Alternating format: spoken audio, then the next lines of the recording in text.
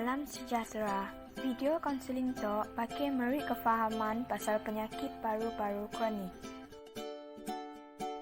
Penyakit paru-paru kronik atau lebih dikenali COPD Tok, nya sejenis penyakit kronik sistem pernafasan, naknya ada keradangan kronik ke saluran pernafasan kita.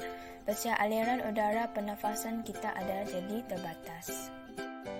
Penyakit Tok nya meliputi pelbagai jenis keadaan. Contohnya kedak bronkitis kronik dengan emfisema. Boleh jadi jua dua keadaan Tok. Bronkitis kronik Tok nya kedak ada keradangan kat saluran udara. Pasal otot kat saluran pernafasan akan mengecil. Pakai ngelak udara tercemar dari masuk ke paru-paru kita. Tok mula kahak berlebihan sampai menyumbat saluran udara.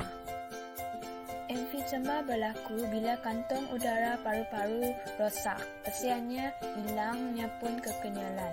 Tok mula udara terperangkap ke dalam paru-paru. Pasal pertukaran gas dalam paru-paru pun sifat berlaku. Merokok penyebab utama penyakit Tok.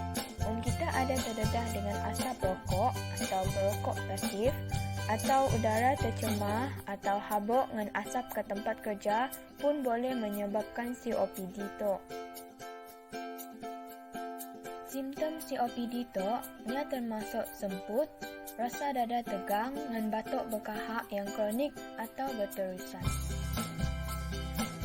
Sidak yang berisiko mau kena COPD Tok termasuk sidak orang dewasa yang berumur 40 tahun dan ke atas, dengannya lebih cenderung melibatkan sidak lelaki. Kebanyakan pesakit COPD Tok nya perokok ataupun nya pernah merokok. Sebahagian orang yang kena penyakit Tok sebab asap dapur dalam rumah ataupun tempat yang kerja sentiasa terdedah dengan habuk. Untuk rawatan COPD, kita mesti jumpa dengan doktor awal, pasal ambil ubat secara teratur, ikut nak dipodah doktor dengan pegawai farmasi. Selain daripada kita mesti berhenti merokok. Perkara paling penting perlu pola pakai jaga paru-paru kita. Kita mesti jaga kesihatan badan, bersenam, ambil makanan yang sehat, pasal belajar cara pernafasan yang betul. Kita mesti pastikan pengudaraan kat rumah sentiasa bagus. Jauhkan diri kita dari asap yang boleh mula kita susah untuk bernafas. Cepat-cepat anggap doktor dan minta bantuan kecemasan jika kita ada mengalami tanda-tanda bahaya kedak, susah kelakar, susah berjalan, bibir dan kuku jadi biru, jantung berdegup laju, mensik sekata, dan ubat-ubatan kedak ubat sedut si dapat nolong kita lagi. Ubat nak dipakai untuk COPD biasanya ubat sedut.